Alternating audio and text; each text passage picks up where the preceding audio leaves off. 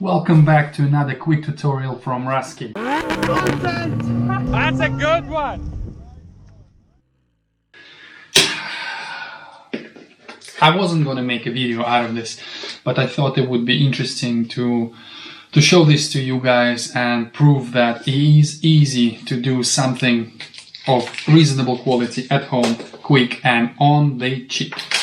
So what I have here, those are Honda NSX headlight sort of covers. Obviously your headlight goes in here and they pop up and down.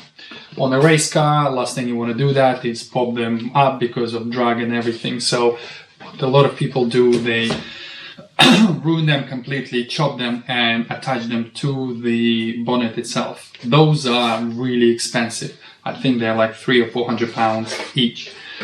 So I've been tasked to make a replica carbon fiber covers, so effectively the same shape but carbon fiber, so they can sit in there and we can use sort of the sides and bolt them to the chassis where the original one is supposed to be sitting.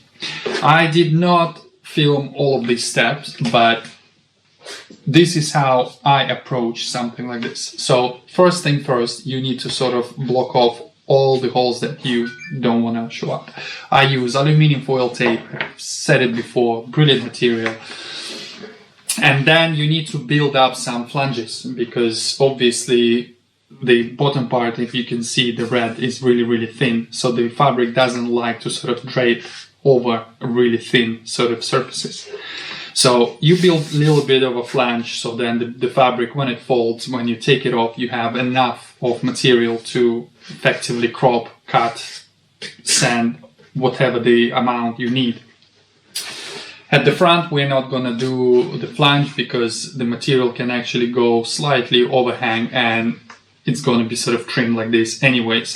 So this part we're leaving completely open. On this one, I already done, so basically the flange, the same flange you just used. I'm not quite sure what this material is, but this is sort of plasticky, like corrugated, sort of similar to cardboard. You can use cardboard, you can use deep bond, you can use aluminium, you can use pretty much anything that is sort of malleable enough for you to make a shape. And then I cover everything with aluminium foil, and the cool thing about aluminium foil is that you can use, well, here I use kind of this sort of peak, but you can smooth the edge because it's aluminium. It can go completely flat. You're basically just sort of molding it. So aluminium foil to cover all the sort of cracks anywhere that basically the resin goes in, and you can have a mechanical lock. You have to sort of cover it because you don't want resin sticking on the inside. And obviously the parts that we don't want resin or anything to adhere to, because like I said, these are expensive, you just put normal masking tape, because then you just peel it off and it should be absolutely clean. So this one is effectively done. I need to do the same on this one, just a bit of aluminium and some masking tape. And the next step would be apply release agent. Right. Tricky, because effectively what I've done here, this is a plug, effectively. So this is ready to be molded. Because we're only making a single copy, and I did ask if they need more, cheaper to make a skin. Obviously there is a complication, and a lot of people asked me before, what about the size of doesn't it increase the size of the part? Yes, it does, but it only increases it by the thickness of the material itself, because on here, on this one, we're going to only use 2 layers of carbon. It will be less than 0.8 of a mil thick, so it will only increase by 1.8 mil. And on a race car, I mean, I don't think we're working with tolerances smaller than those for panel gaps. So obviously if your panel part increased in size by 5 mil, then yeah, it's not going to fit. But a couple of mil, it's absolutely not a problem. Been tested on my car, GizFab's car, and a few other bits and pieces I've done. So because we're making it as my favorite skinning method, just a single one-off, we are going to use PVA. I found that PVA works much better for skinning method than chemical release agent, because it's water soluble and just a lot easier to sort of apply to places. You don't have to be sort of really careful how do you apply it. You can use a brush, you can use a little sponge, you can use a little towel, anything, even with your hands if you have nothing else. Occasionally what I do, I actually spray it with a gun. I have a small sort of spray gun that I use on larger parts. So on this one I might actually just spray it because I have another part that I need to do. So it's just easy, literally just single layer. Somebody asked me before, oh, I'm planning to do this and that, I'm going to use 2 layers of PVS. No, only 1 layer because it's water soluble. As soon as you apply one, if it dries, once it dries, as soon as you try to apply a second layer, it will basically just rub off the first layer. So you have to apply a single layer. There's a reason why PVA has sort of blue ink tint hue to it. It's just almost like paint, so you can actually see where you apply it. But before you do, don't forget, we need to clean the part from all the debris. It has to be smooth. Obviously, we're not going to polish it because the reverse becomes, the underneath becomes the bottom layers, which is not going to be visible. So it's the top layer that is going to be covered with coating resin.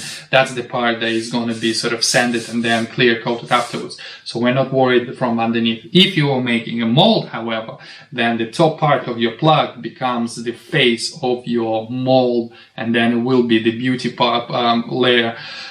It's all a little bit confusing, but don't worry about that. Just clean your part as good as you can, and it should be good to go. So all I need to do is finish this part, and then I will show you how I'm gonna lay my fabric.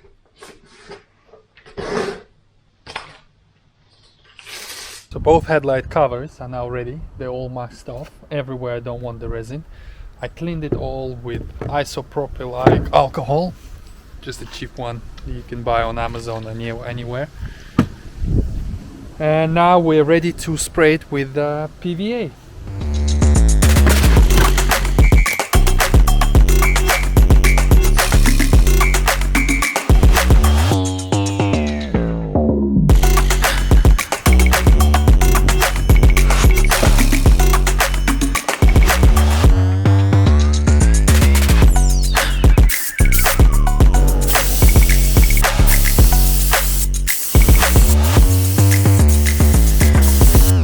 So now it's all covered in PVA, it's all dry and it's all ready to be laid. Because those are going to be covers, effectively nothing on the inside, just the top. And it has to sit between the panels. So the bonnet and the wing itself as a cutout. I cannot use usual 400 gram carbon to get the thickness. So I reckon I need to use 2 layers of 200 gram. And then we might have to reinforce it from underneath to prevent any sort of flexing. So I already have them pre-cut. So 2 pieces will go like that. And then exactly the same second piece. So once 2 are dry, we'll be able to peel it off and see what we got. So this is, because this is not an infusion part, I'm going to use my trusty EL2 resin. They're only small parts, so I'm going to mix slightly faster epoxy.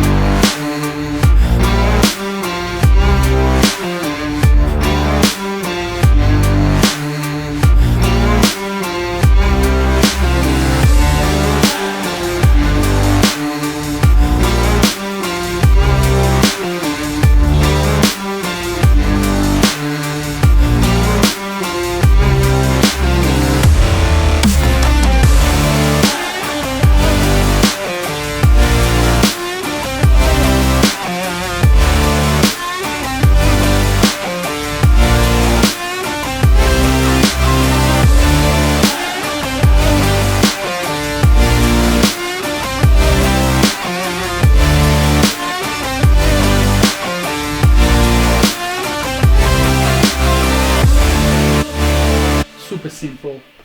2 layers of carbon, nice and flat, plenty of resin. Make sure that all the corners sort of stay where they are. I actually use clear tape to help sort of with the droop or whatever you want to call it. So let's give it 10-12 hours or something, let it dry, and then we're gonna take them off somehow. I'm not sure how yet, but most likely we'll have to trim a little bit on around the side, trying not to damage those expensive covers. But yeah, theoretically, I think I'm getting a little bit better. I even laid the weave of the carbon mirrored. So as you can see, it goes like that, and it goes like that. So when you put them side by side, they should look identically sick. Those little wins. Anyways, catch you guys when it's dry. 72 hours later. Ta-da! So the covers are complete. It was a really simple method, as always, skinning method. It increased the part by 0.5 of a mil on each side. I left just enough material on sides to attach it with rivets or bolts or whatnot. In ideal world, this part needs to be sanded, and if you want to leave it as carbon, then obviously clear coating resin. This part in particular will be painted, so there is no need to do any further prep by me. They will be sanded and then painted. It was a bit of a nightmare to take out because it kind of gripped, so I had to cut little sort of grooves, but this bottom flange is probably not even going to be used, but this can be, for example, repaired afterwards. Just put a bit of carbon on the other side just in case. Basically, I'm just saying this: if something doesn't fit, don't be afraid to cut it to release the part. Don't break it, don't try and yank it. If it's sort of stuck there solid, then there is no way it's coming out. So don't be afraid to cut little sort of grooves to just relieve the pressure, because that can be repaired, and in most cases it's not going to be visible. They are probably weigh absolutely nothing. Just to show you that the original one is 730 grams. So if you were to leave that in, that's basically almost 1.5 kilograms of weight that you don't actually need. And the new parts are 170 grams each. So effectively that's 300, so that's more than a kilogram saved. So a lot of people ask me, what do you think will be the weight difference? As a general rule, that it's usually versus metal parts is about 4 times lighter. Versus plastic part, you know what? That's actually pretty much the same, because they actually weigh a lot. So yeah, lighter parts, really easy, really simple. You don't need a mold, you don't need anything. All you need is a little bit of time, some tape, PVA release agent, a little bit of carbon and resin, and yeah, you can make parts like that at home. Guys, thank you very much for watching. If you need anything, RWF can produce those parts for you. Contact me for a quote, for a chat, see what your ideas are, and I'll be happy to help you. So thank you very much for watching. Don't forget to subscribe, like, and all that good stuff, and I'll see you in the next one. Bye.